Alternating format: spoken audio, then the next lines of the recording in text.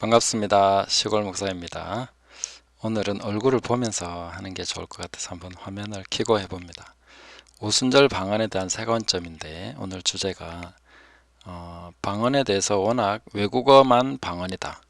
방언은 외국어 말고는 없다.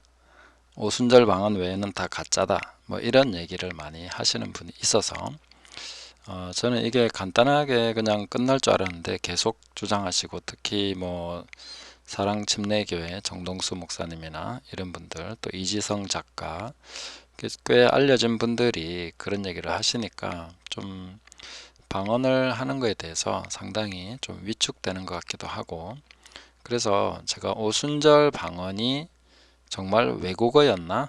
이 질문을 가지고 좀 한번 연구를 해봤습니다.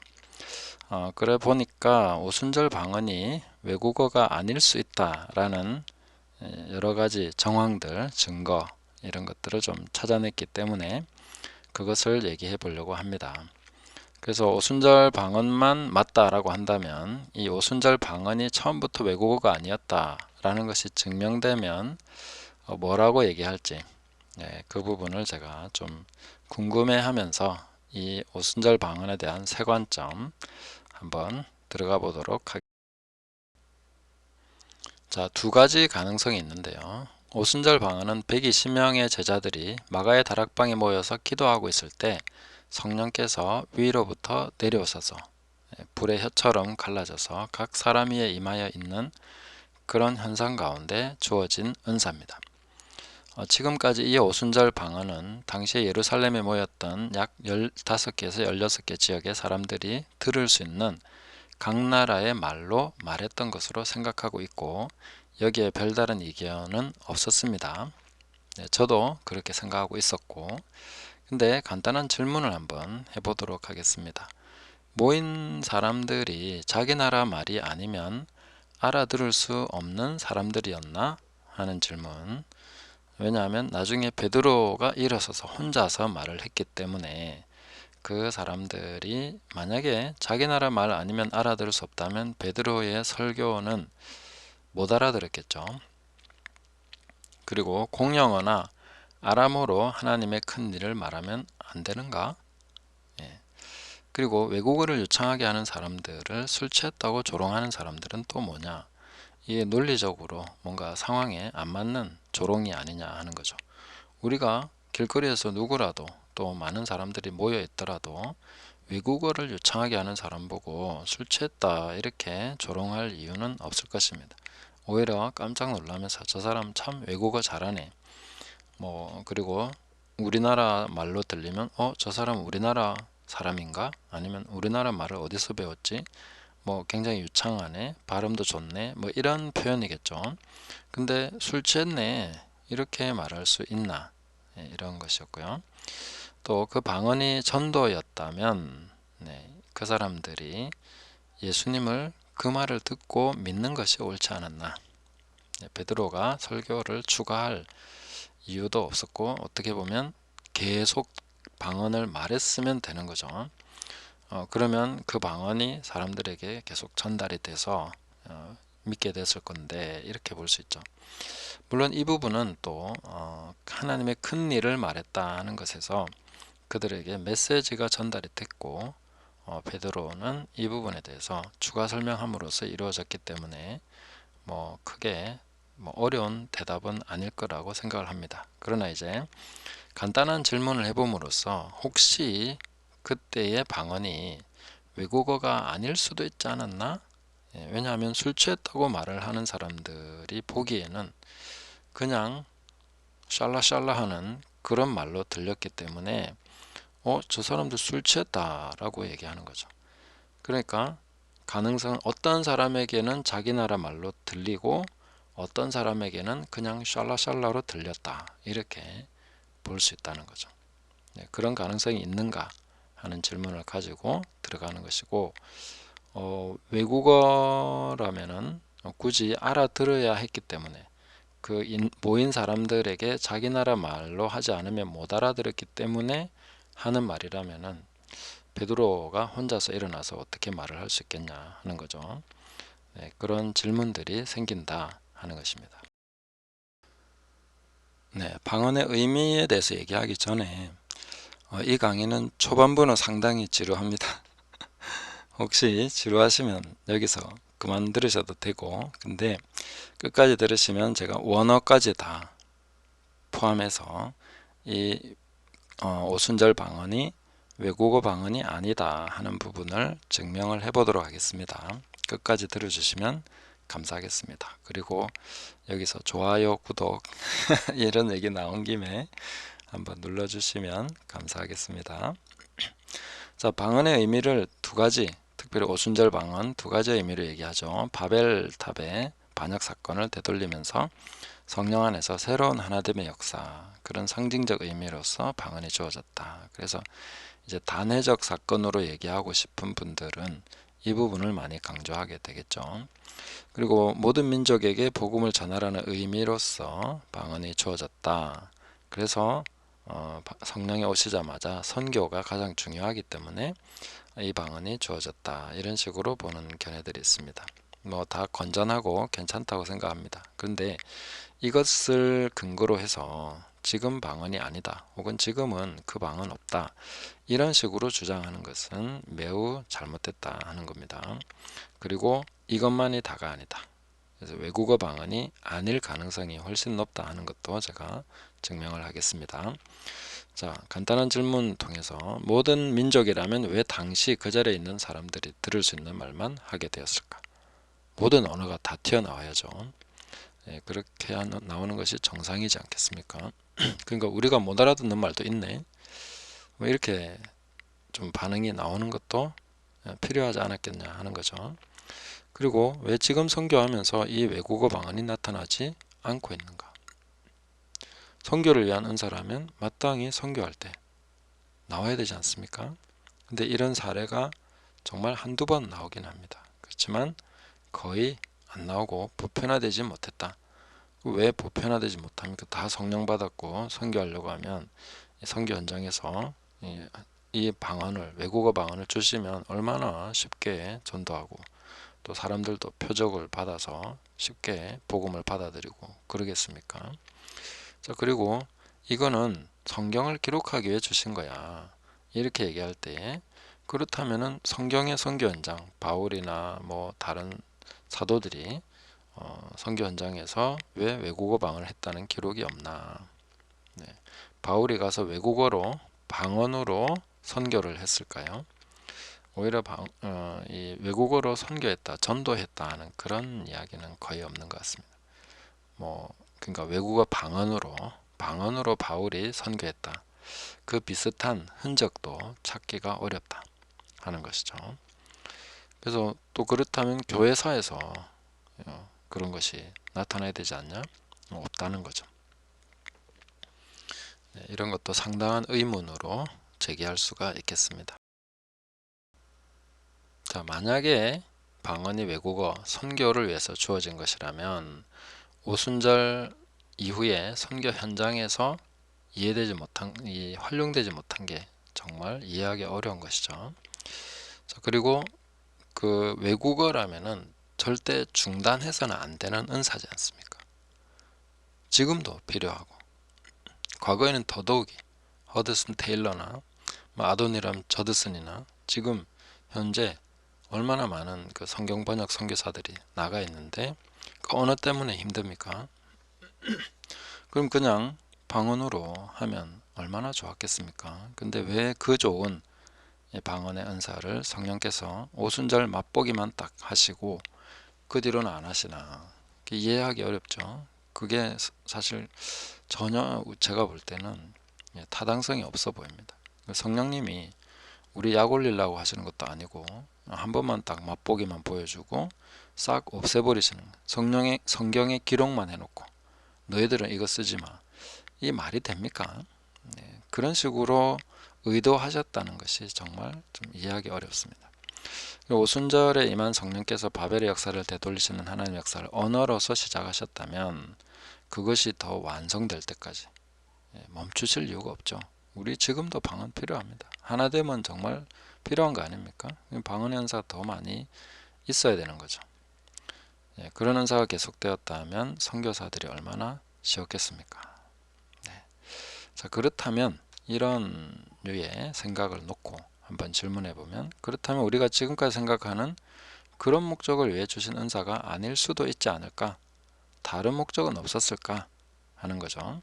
그리고 한 예로 사도행전에 정확한 사례가 나오는데, 고넬료와 그 집에 모였던 사람들의 방언은 외국어일 필요가 없지 않느냐, 이걸 가지고 제가 영상 올린 거 있죠. 그래서 고넬료의 집에 모였던 사람들이, 그 사람들은 복음을 받는 입장인데 그 사람들이 방언을 해서, 그러면 그 당시에 이제 그 복음을 전하기 위해서 온 베드로에게 무슨 복음을 전하겠습니까? 뭘 하겠습니까? 그들은 왜 방언을 했을까요?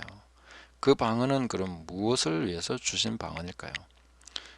왜냐하면 베드로가 오순절 방언과 똑같은 거라고 증언하고 있기 때문에. 그러면 이게 반대로 유추해 보면 고넬료의 방언이 외국어일 필요가 없고, 또 그래서도 안 되는 거죠. 외국어를 왜 말하겠습니까? 자기가 외국인인데, 이방인이고, 베드로는 오히려 복음을 전하는 사람 앞에서 굳이 외국어 방언이 왜 필요하냐는 거죠. 그런 상황에서 그러면 오순절 방언도 외국어 아닐 수 있지 않나? 이렇게 보는 것이죠. 자, 오순절 방언이 외국어가 아니라면, 외국어가 아니라 조롱하는 자들이 말하는 정말 알아들을 수 없는 방언이었다는 가정을 해본다면 어떤 문제가 생기나? 그러니까 사람들은 못 알아들으니까 하지 마라, 이런 얘기 한다는 거죠. 참, 그거는 정말 성경이 그래 말하고 있는데도, 좀 뒤에 가서 보겠습니다만은, 정말로 그런 방언이었다는 가정을 해본다면 어떤 문제가 생길까요? 일단 성령님은 은사로서는 알아들을 수 있는 외국어나 알아들을 수 없는 영의 언어를 성령님은 주실 수 있죠. 그런 능력은 있으시니까 얼마든지 가능하죠. 거기에는 크게 이견이 없을 거라고 생각합니다.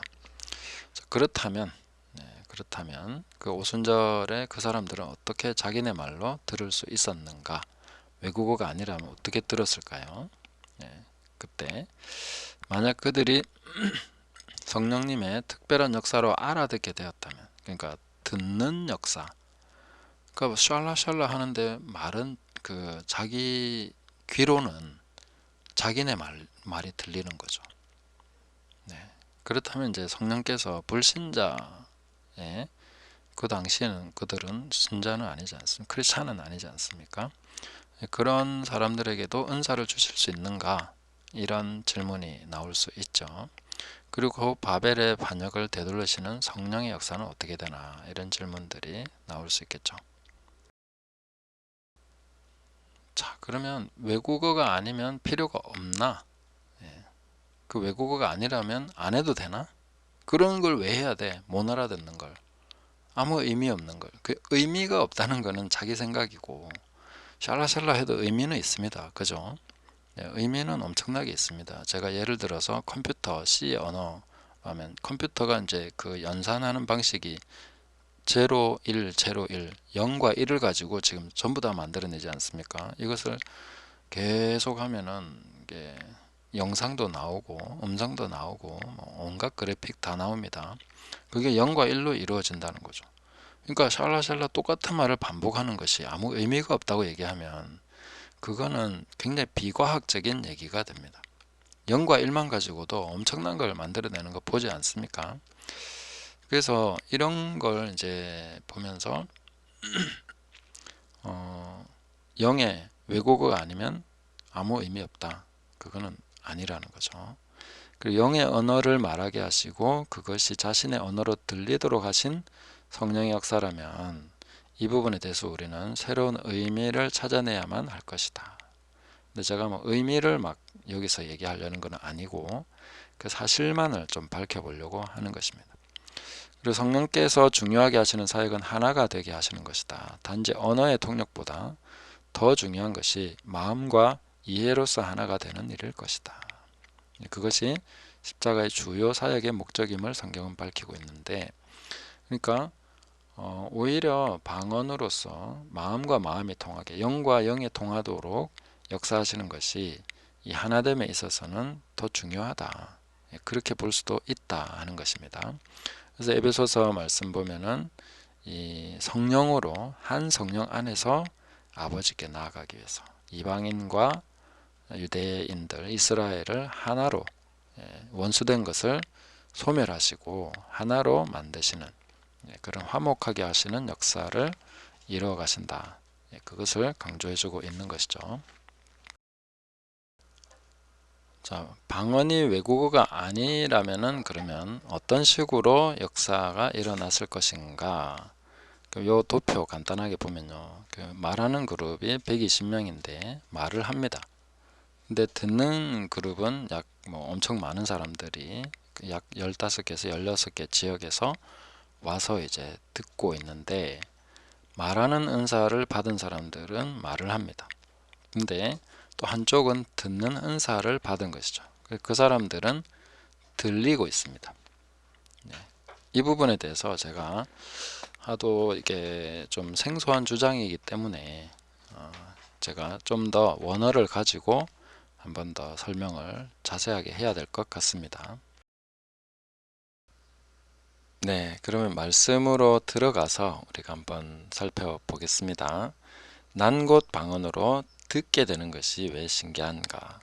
그 성경 여기 번역도 보면은 듣게 되는 것이라고 했죠. 예, 들리고 있는 것 이렇게 얘기하지 않고 또 말하고 있는 것 이렇게 얘기하지 않고 듣게 되는 것 이렇게 얘기하고 있죠. 한번 들어가면서 보겠습니다.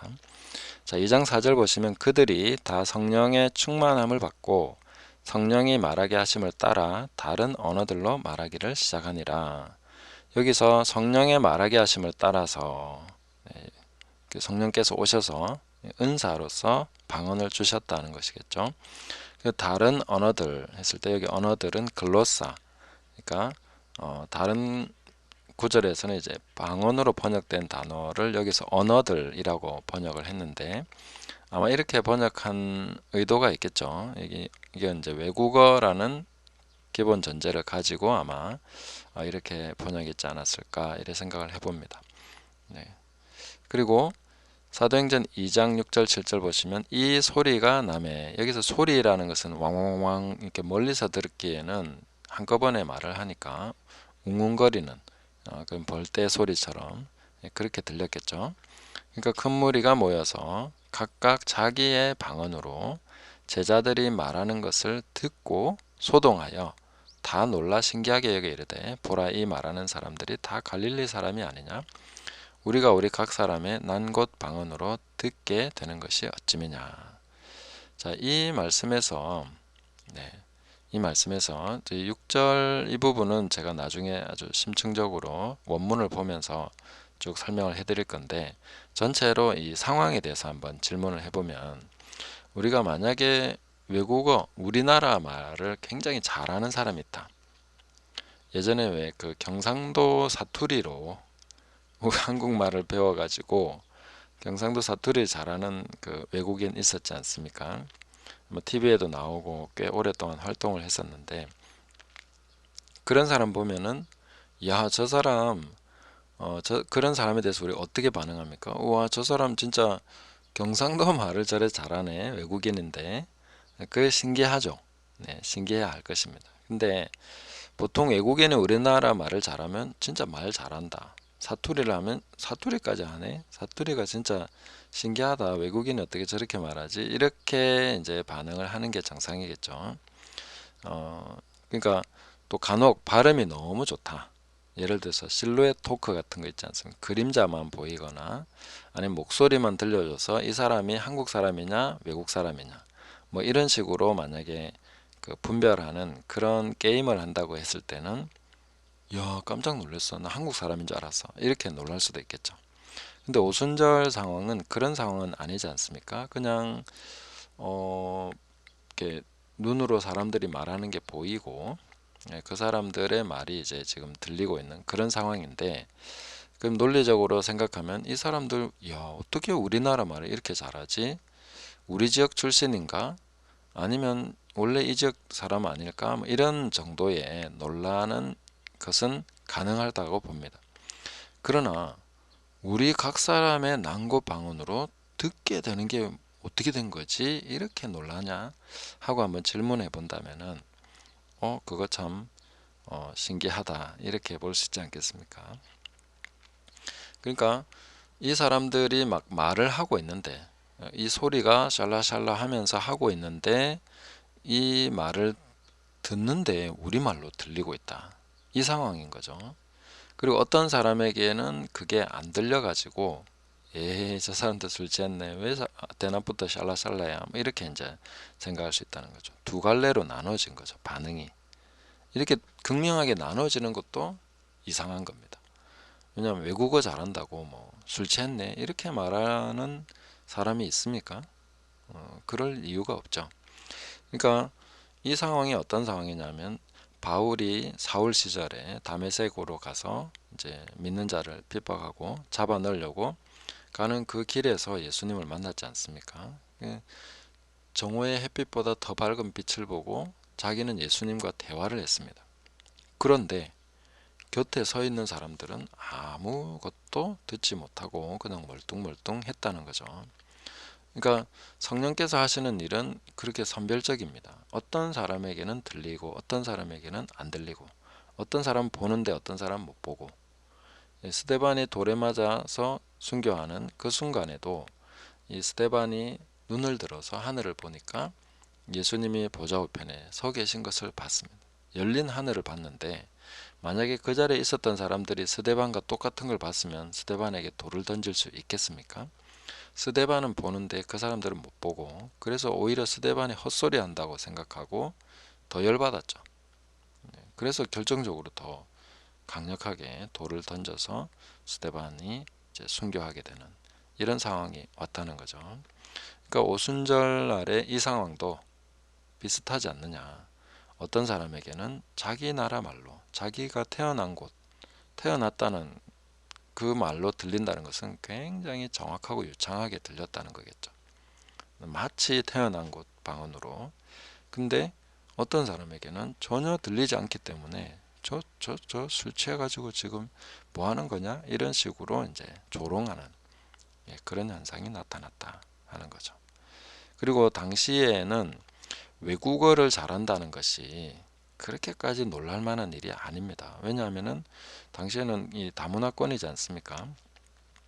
그러니까 적어도 뭐 헬라어나 아람어나 뭐 만약에 순례자라면 디아스포라 2세들은 이 순례하기 위해서 또 그 당시에 생활하기 위해서는 2개국어, 3개국어 이 정도는 그냥 해야 됩니다. 제가 예전에 몽골에 갔을 때 그 몽골의 이제 그 상황이 좀 외국어도 해야 되는 그런 상황이 있는 부분이 있더라고요. 그 친구는 3개국어를 유창하게 하더라고요. 그러니까 그렇게 몇 개국어를 하는 사람들이 많은 그런 상황에서 이야 외국어 잘하네? 우리말처럼 하네? 이게 놀랄만한 일이냐는 거죠. 오히려 저 사람들은 분명히 내가 듣기로는 갈릴리 사람들처럼 말하고 있는데 갈릴리 사람들이라는 것 저희가 좀 이따가 이 부분도 더 자세하게 보겠습니다만은 갈릴리 사람들인 것 같은데 이 말은 못 알아듣겠는데 귀로 들리는 거는 우리말로 들린다. 내가 난곳 방언으로 지금 듣고 있는 이 사실이 어떻게 된 거냐 하고 놀란 거죠. 이 정도면 굉장히 놀랄 일이지 않습니까? 네. 그러니까 보고 있는 상황은 분명히 이 저 사람들이 그냥 못 알아듣는 말을 하고 있는데 내가 듣고 있는 상황은 또렷하게 우리말 내가 태어난 곳 방언으로 지금 들리고 있다. 지금 듣고 있는 것이 어떻게 되는 셈이냐 이렇게 질문하고 있는 거죠. 그래서 듣게 되는 것이라고 이렇게 번역을 한 것입니다. 들리고 있는 것이 이게 아니고 내가 지금 능동적으로 지금 듣고 있는 이 사실이 어떻게 된 거냐 이렇게 질문하고 있다는 거죠. 원어로 좀 더 살펴보도록 하겠습니다. 자 그러면 핵심 구절 사도행전 2장 6절을 원어로 한번 살펴보도록 하겠습니다. 이 화면은 제가 캡처를 해서 한 화면인데 뭐 여러분도 관심이 있으시면 헬라어 히브리어 이런 앱이 있습니다. 앱을 보면은 여기 뭐 파싱도 다 돼 있고 영어로도 되고 원래 이제 의미가 뭔지 뭐 이런 거 다 지금 나옵니다. 그러니까 쉽게 할 수 있습니다. 그러니까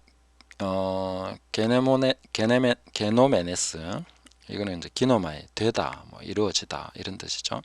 그러니까 이런 소리가 뭔가 이렇게 막 웅성웅성해서 막 이렇게 소리가 나니까, 이런 소리가 이루어지니까 having come about, 예, 뭔가 예, 나타났다, 뭐 이렇게 이루어졌다, 뭐 이렇게 볼 수 있겠죠. 그리고 또 이 소리, 예, 이렇게 되는데, 그 여기서 뭐 소리라는 것은 한꺼번에 말을 많이 하니까 처음에는 그 언어로 들리지 않았겠죠. 그냥 막 벌떼가 왕왕 하는 것처럼 그런 소리가 들렸겠죠. 그래서 소리라고 표현한 것 같고, 여기는 뭐 큰 의미는 없다고 생각합니다. 자, 그 다음 보시면 그 소리에서 이제 많은 사람들이 모여들었습니다. 뭔가 자기들의 주의를 끄는 게 있었다는 거죠. 네, 그렇게 모여들었습니다. 이제 그 다음에 보시면 여기가 상당히 중요한데, 그들이 놀랬다. 숭케오, 예, 숭케오가 이제 그들이 굉장히 놀랬다, 뭐 was confounded, 왜냐하면 그들이 들리기 때문이다. 예, 뭔가 들리기 때문이다는, 듣는 것, 지금 듣고 있는 것, was hearing, 이 지금 들리고 있는 것 때문에 굉장히 놀랐다, 이런 거죠. 자, 그런데 한글 번역하고 조금 더 이렇게 자세하게 쳐다보면은, 이게 놀랐다는 거 보면 이제 동사면서 아우리스트 시제에다가 지시적인 직설법에 이렇게 수동태죠, 패시브, 그리고 단수형입니다. 그 다음에 보시면 이 듣는다 하는 단어를 보면은 단어면서 이제 그 미완료면서 직설법, 근데 액티브죠, 이 능동태. 지금 자기들이 이렇게 소리가 들린다, 내가 귀에 뭐가 들리고 있다는 수동적인 개념이 아니라 지금 자기 귀가 뭔가 적극적으로 듣고 있다는 표현이죠. 그러니까 내가 지금 듣고 있는 것에서 상당히 놀랐다 하는 거죠. 그들이 말을 하고 있는 것보다 듣고 있는 이 소리에 대해서 내가 듣고 있는 이 사실에 엄청나게 놀랬다, 이런 거죠. 그건 듣는다는 능동태입니다. 그 다음 보시면은 그 이제 이치, 예, 헤카스토스, 이거는 이제 자기들의 디알렉토, 이 디알렉토스, 이 언어로서 듣게 되고 있다, 듣고 있다는 거죠. 예, 모두 자기들 언어로서 듣고 있는 것에 대해서 놀랬다, 이렇게 되죠. 뒤에 보시면 이제 speaking them, 그들이 말하고 있는, 이렇게 됩니다. 그러니까 그 사람들이 지금 말을 하고 있는데 그것을 자기들의 언어로 듣게 되는 것, 자기들의 귀가 아주 적극적으로 능동적으로 듣고 있는 것에 대해서 놀랬다 하는 거죠. 그 말하는 사람이, 이거는 이제 보시면 현재 분사형이죠. 분사형은 지금 이제 그 제자들을 수식합니다. 그러니까 스피킹이 어디에 해당되느냐면 이 말하는 제자들, 이렇게 수식이 되고, 놀란 것은 들리는 것 때문에 놀랐다는 겁니다. 말하는 것 때문에 놀란 게 아니고, 그러니까 말하는 제자들의 그 소리가 자기들의 귀에 자기들의 언어로 들리는 것에 대해서, 이 자기들의 언어로 듣고 있는 사실에 대해서 굉장히 놀랐다, 이런 의미가 되는 것입니다.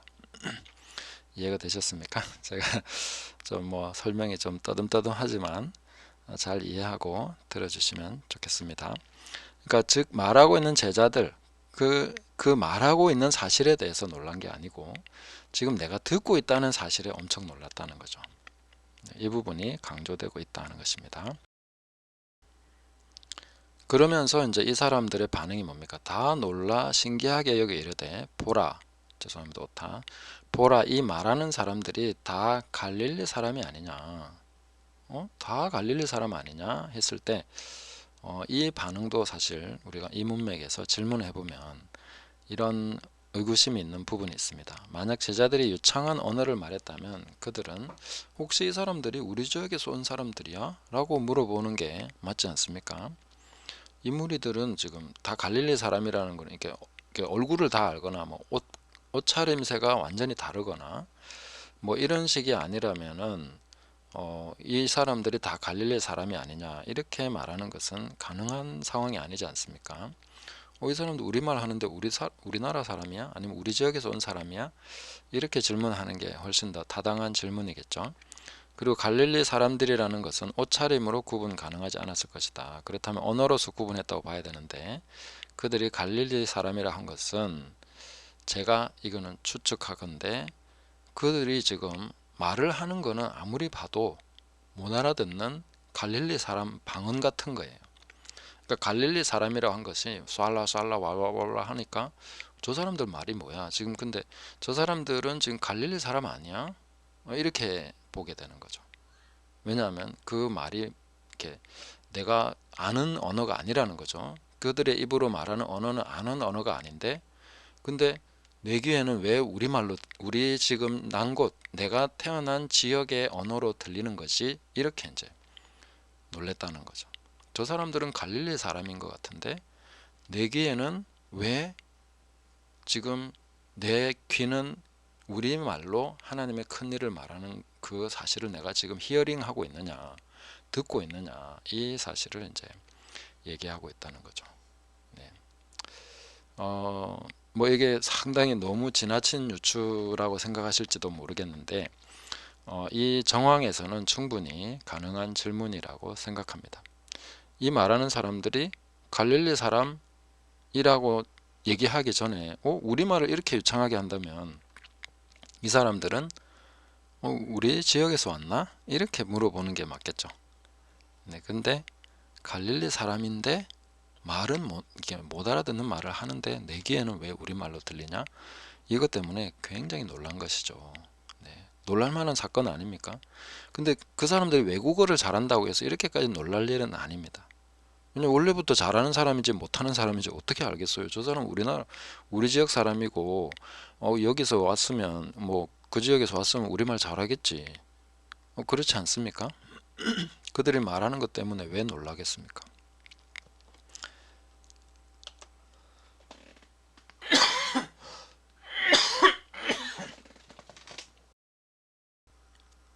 자, 8절을 보시면 훨씬 더 분명하게 그 의미가 다가옵니다. 카이포스 헤메이스 아코우멘 에카스토스 테 이디아 디알렉토 헤몬 엔 헤 에게네세멘, 이렇게 되죠. 그러니까 이 사람들이 놀란 것이 어떻게 how we hear, 지금 hear가 여기 보시면은 현재 인디커티브 직설법 능동태입니다. 그러니까 우리는 어떻게 지금 이걸 듣고 있는 것인지 라고 질문하는, 어떻게 이렇게 듣고 있지 라는 것을 조금 직설적으로 해설을 하면요. 그래서 한글로도 이게 이제 직설법이고 능동태이기 때문에 들리게 되는 것, 이렇게 번역을 못한 거죠. 그러니까 한글 번역에서도 듣게 되는 것이, 지금 듣고 있는 것이 뭐 이렇게 들리고 있는 것이 아니면 듣고 있는 것이 이거죠. 이렇게 번역해야 되는 거죠. 그 듣게 되는 것, 이렇게 돼도 뭐 그렇게 나쁜 번역은 아니지만 그러니까 듣고 있는 것에 대해서 굉장히 놀랐다는 거죠. 그 한결같이 이 사람들이 놀랐다는 것은 어디를 수식하고 있느냐면은 듣는 것에 대해서 수식이 됩니다. 그러니까 그 듣는 것을 놀라고 있다는 거죠.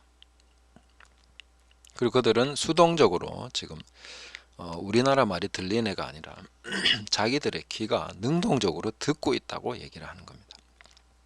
그러니까 듣게 되는 것이 뭐 어떻게 이걸 우리가 이렇게 듣고 있는 거지? 라고. 그거 진짜 놀랄만 하죠. 저 사람이 외국어 잘하는 거 가지고 뭐 놀랄 일이겠습니까? 근데 저 사람은 살라살라 하고 있는데 나는 왜 우리 말로 지금 듣고 있는 거지? 이렇게 놀라고 있다는 거죠.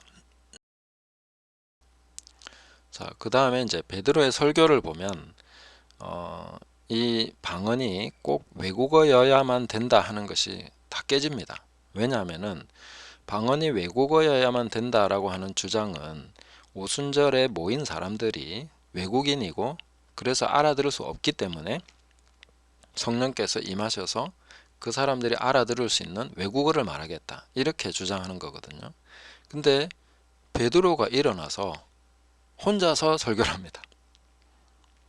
자, 그러면은 12사도와 11사도와 함께 일어서긴 했지만 말한 사람은 베드로죠. 그러면 질문을 해보면 당시 외국에서 온 사람들이 베드로의 설교를 알아들을 수 있었을까?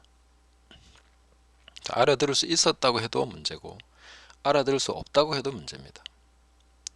왜 그러냐면은 알아들을 수 있다 하면 그러면 방언을 왜 성령님이 주셔서 꼭 그렇게 했어야만 되나? 혼자서 설교해도 충분한데 안 그렇습니까? 그럼 만약에 알아들을 수 없다, 베드로의 설교를 알아들을 수 없다면 외국어 방언이 필요하지라고 말할 수 있지만 그러면 지금 베드로는 어떻게 혼자 서서 설교를 하고 있냐는 거죠. 이 설교를 그럼 그 사람들이 못 알아듣는다면 베드로의 설교가 무용지물이 되는 거죠. 못 알아듣는 설교를 듣고 어떻게 3,000명이 회개를 합니까? 그러니까 둘 다 말이 안 되는 거죠. 그러니까 베드로의 설교에 딱 들어오면 이제 그 다음부터는 방언이 외국어다 하는 주장을 거의 하지 못하게 되는 상황이 된다는 거죠. 뭐 그래도 뭐 합리적으로 막 주장할 수 있는 내용들이 있을 거예요. 제가 이 부분에 대해서 얘기를 하니까 어떤 분이 이제 그 아람어나 히브리어로 했으면 되는 거 아니냐. 그게 디아스포라 2세들이기 때문에 다 그 히브리어 알아들었을 거다. 그렇다면 이제 방언이 외국어야만 된다는 그 당위성이 사라지는 것이죠. 굳이 외국어 아니라도 괜찮은 거였네, 이렇게 되는 거죠. 그 사람들이 들으라고 외국어라고 했는데 굳이 외국어 아닌 방언이라도 상관없다는 거죠. 왜냐하면 목적 자체가 다르기 때문이죠. 자, 베드로의 설교는 그러면 어떤 언어였을까? 히브리어나 아람어나 뭐 공용어 중에 썼겠죠. 네. 그러면 외국어 방언이 구태 왜 필요하냐 하는 거죠. 설교해도 충분히 알아듣는데. 이렇게 질문할 수 있다는 거죠. 자, 그러면 여기 제가 얘기를 다 했는데 읽어보면 방언이 외국어라고 해도 성령의 은사로서 방언에 대한 문제가 사라지는 것이 아니라 오히려 많은 의문이 남는다. 외국어라고 하면 그 사람들 입장에서는 뭐 자기들은 명답을 했다고 생각할지 모르지만 이 정황상 살펴보면 훨씬 더 많은 문제를 야기한다. 네. 굳이 외국어 필요 없는 상황이었다. 그리고 외국어라고 하면은 좀 요 뒤에 이제 이거 이어서 할 거기 때문에 잠깐 넘기고 얘기를 하겠습니다. 네, 앞에서 얘기를 했죠. 앞에서 얘기했습니다. 그러니까 방언이 외국어라고 해도 많은 질문들이 나오게 된다 하는 거 얘기했습니다. 그리고 사도행전 2장 33절 보시면 하나님이 오른손으로 예수를 높이심에, 베드로의 설교 중에 중간쯤 나오는 건데요. 그가 약속하신 성령을 아버지께 받아서 너희가 보고 듣는 이것을 부어주셨느니라, 이렇게 말하고 있죠. 그럼 베드로가 이 사건에 대해서 사람들에게 설명할 때 이렇게 표현을 했는데, 베드로의 강조점을 보면 성령을 경험하는 일에 120명만 포함시키고 있지 않다는 것을 알 수 있습니다. 그러니까 모든 육체에 성령을 부어주신다 하는 사건이 바로 이 사건이다. 그러면 120명만 지금 성령의 어떤 맛을 보고 있는 게 아니라는 거죠. 성령 부어주심에 대한 맛을 보고 있는 것은 지금 모여 있는 군중들도 포함되어 있다는 것을 알 수가 있습니다. 그러니까 너희가 보고 듣는 이것을 부어주셨다. 그러니까 너희가 지금 보고 있지 않냐? 우리가 말하는 거 보고 있고 너희 귀에 들리는, 듣고 있는 이것을 부어주셨다. 이게 바로 지금 성령의 역사다라고 얘기하고 있는 거죠. 이쯤 되면 거의 확정적이지 않습니까? 네. 반박을 하실 분들은 반박을 해주시면 좋겠습니다. 그래서 그들이 듣는 것은 성령을 부어주심으로 말미암아 된 것임을 말하고 있습니다. 그러니까 모든 육체에 부어주신다는 그 약속이 지금 듣는 그들에게 너희 귀에 지금 듣고 있는 이것이 바로 성령이 하신 일이다 라고 얘기해주고 있는 것이죠. 그래서 관찰을 위해서 한 번 더 질문해 보면, 베드로 입장에서는 만약에 그들이 듣고 있는 어떤 성령에 동참하는 일이 일어난 게 아니라면 우리가 말하는 이걸 부어주셨다, 그러니까 너희가 지금 보고 있지 않냐, 이렇게 얘기하는 게 맞겠죠. 네, 그러니까 듣는 이것을 부어주셨다라고 얘기하지는 못할 것이다. 그래서 이 부분에서 듣는 것이 바로 그 사람들에게 임한 성령의 역사라는 것이 어느 정도 확정할 수 있는 내용이 아니냐 하는 것이죠. 자, 그리고 전에 다른 부분에서 제가 논증을 한 적이 있는데 고린도전서 14장 13절 그러므로 방언을 말하는 자는 통역하기를 기도할지니, 그러니까 통역을 은사로서 구하라고 하신 이 자체가 방언이 외국어가 아니라는 것을 반증하는 것이 됩니다. 왜냐하면 방언이 외국어라면 그 나라 말을 하는 사람들 앞에서 하는 것이 바르게 사용하는 것이겠죠. 그러면 복음을 전하기 위해서 하나님 역사를 나타내기 위해서 표적으로 방언을 한다면 분명히 앞에 듣는 사람이 외국인이고 그 방언에 딱 맞는 사람이 들어야 되는 거죠. 그러면 이제 통역이라는 게 필요하다면은 다 못 알아듣기 때문에 통역이 필요한 거 아닙니까? 그죠? 그리고 이것을 이제 고린도전서 14장에 보면 예배 시에 사용을 하도록 합니다. 그리고 통역을 하라고 합니다. 생각해 보면 말이 안 되는 상황이죠. 왜냐하면은 외국인이 없는 상황에서 다 똑같은 말을 쓰는 사람들이 왜 굳이 방언을 외국어로 받아가지고 통역을 하는 일을 해야 되냐는 거죠. 그런 방언은 쓰면 안 된다는 거죠. 그러니까 조롱하는 사람들의 주장대로 그런 방언은 쓰면 안 되는 거죠. 필요 없지 않습니까? 근데 왜 통역을 구하라고 하냐는 거죠. 그러니까 외국어가 아니기 때문에 영어로 비밀을 말하는 것이고, 그것은 통역할 가치가 있는 것이고, 교회와 예배에서 유익한 역할을 할 수 있기 때문에 통역을 하라고 하는 거죠. 그러니까 외국인을 위한 방언이 아니기 때문에 통역을 해야 되는 그 당위성이 생기는 것이죠. 그리고 방언이 외국어라면 평소에는 아무런 용도가 없습니다. 오직 외국인이 있는 상황에서만 필요합니다. 그러니까 통역 연사가 왜 필요하냐고요. 들을 사람한테만 얘기하면 되는데, 그렇지 않습니까? 그래서 외국어만 방언이라면 통역 연사를 구하는 것은 아무런 필요가 없고 성경을 굉장히 웃기는 책으로 만드는 것이죠. 사도 바울이 정말 웃기는 조언을 하고 있다, 쓸데없는 얘기하고 있다, 이렇게 되는 거죠. 그게 가능한 일입니까? 그렇게 보는 것이 가당키나 합니까? 안 그렇습니까?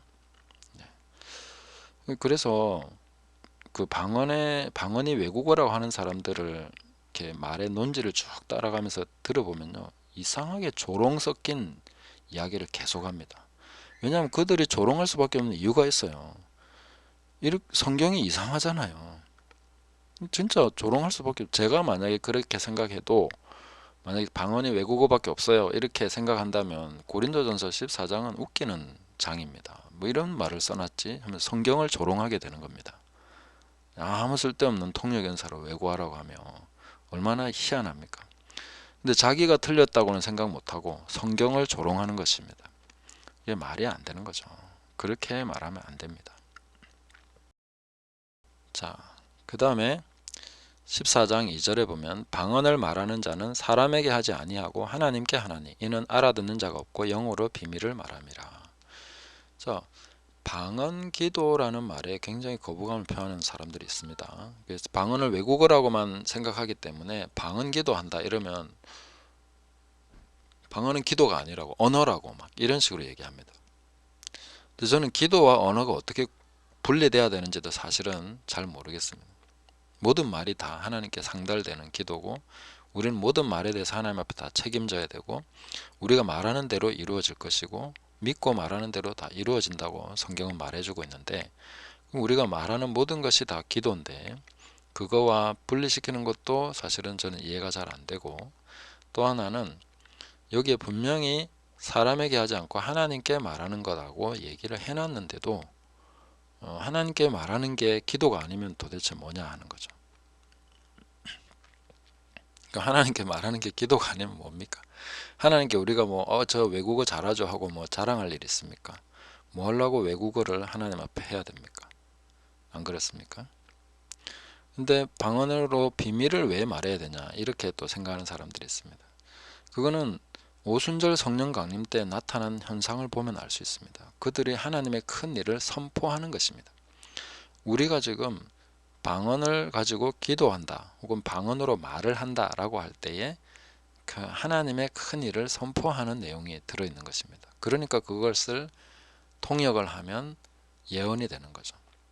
물론 이제 지금 현재 통역을 제대로 하는 사람이 있느냐 뭐 이런 얘기를 한다면은 뭐 그 통역에 대해서는 다시 제가 뭐 따로 얘기를 해야 될 만큼 분량이 많을 것 같습니다. 그래서 여기서 통역까지는 얘기 안 하고 이렇게 방언기도라는 말에 거부감을 가지고 분명히 성령께서 성경에 사람에게 하는 게 아니고 하나님께 하는 거다라고 얘기를 했고 알아듣는 자가 없고 영어로 비밀을 말하는 거라고 얘기를 했는데도 알아듣지 못하는 말을 왜 해야 되냐고 이렇게 얘기합니다. 진짜 성경을 어떻게 읽는 겁니까? 여기 보시면 알아듣는 자가 없다고 분명히 말을 해놨습니다. 그러면 성경이 그들의 주장대로라면 성경의 뒤에 이렇게 나와야 되겠죠. 알아듣는 자가 없으니까 그만해라.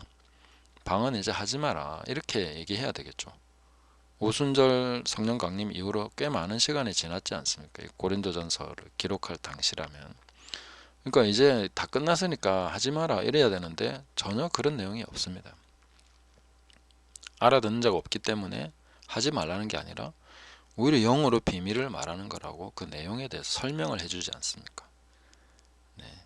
그래서 사람이 못 알아듣는다는 거지 하나님이 못 알아듣는 게 아니고 우리가 못 알아듣는 말을 한다고 해서 그게 의미가 없습니까? 만약에 영어를 못 알아듣는 사람 앞에서 영어로 만약에 뭐 대통령이 와서 미국 대통령이 와서 영어로 막 이게 연설을 했습니다. 그 자리에 앉았던 사람들 중에 뭐 90%가 영어를 못 알아듣는 사람이라고 하면 그 아무 소용이 없는 말입니까?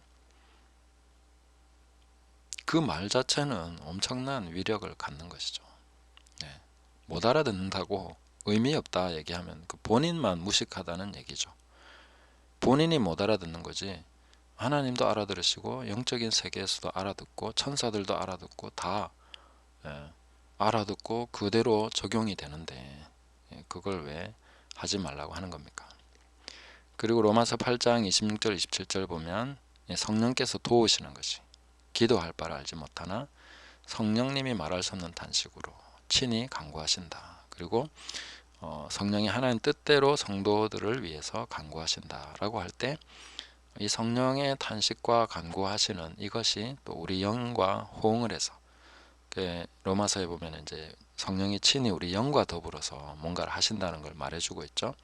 이런 기도도 성령으로 말미암아 우리 영과 함께 또 기도하게 되고 기도하면 또 마음으로도 기도하고 이렇게 하게 되는 것입니다. 자, 그 다음에 이제 제가 정리를 해서 주장하는 내용이 오순절 방언도 외국어가 아니다. 네, 아닐 가능성이 높다. 왜냐하면 고린도전서 12장과 14장에서 말하는 방언이 오순절 방언과 다르다는 사람들이 있습니다. 그러나 바울은 그것을 구분한 것 같지 않습니다.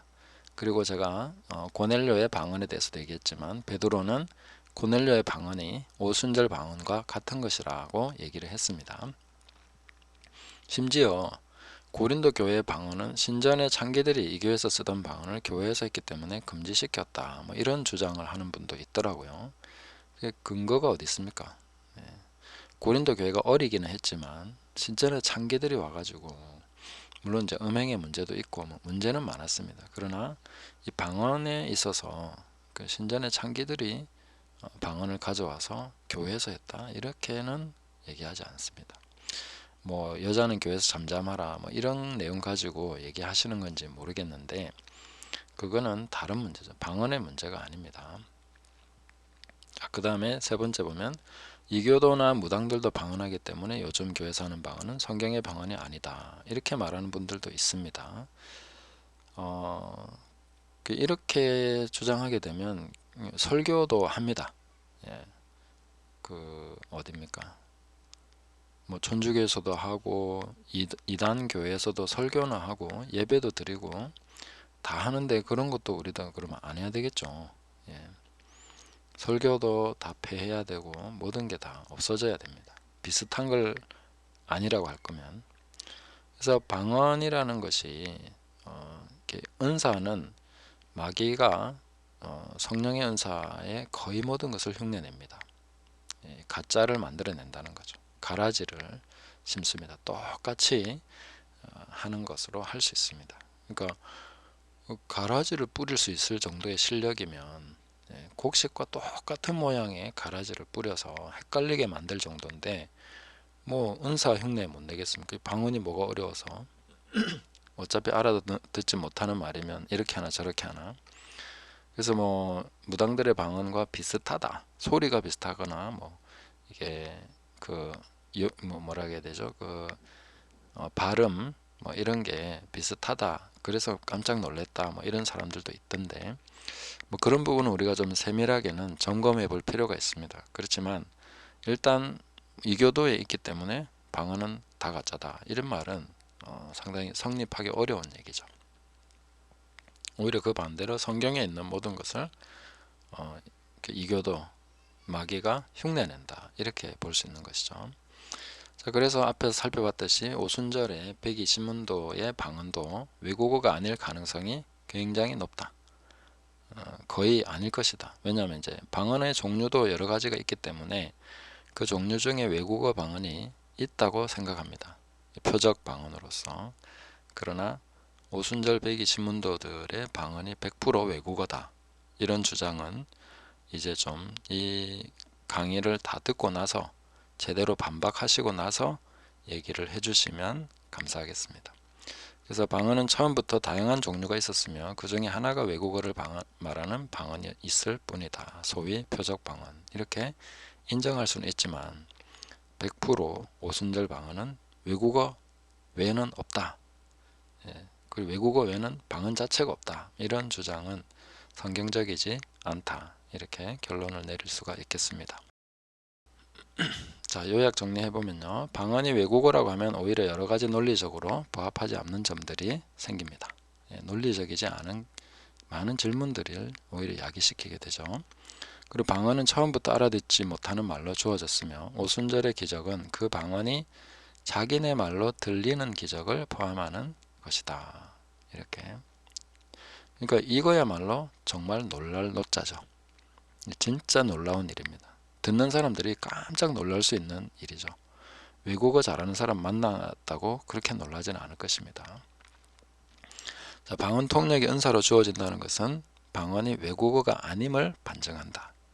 외국어가 아닌 방언의 용도는 하나님께 비밀을 말하고 그 비밀을 통역할 때 예언의 역할을 하게 되는 것입니다.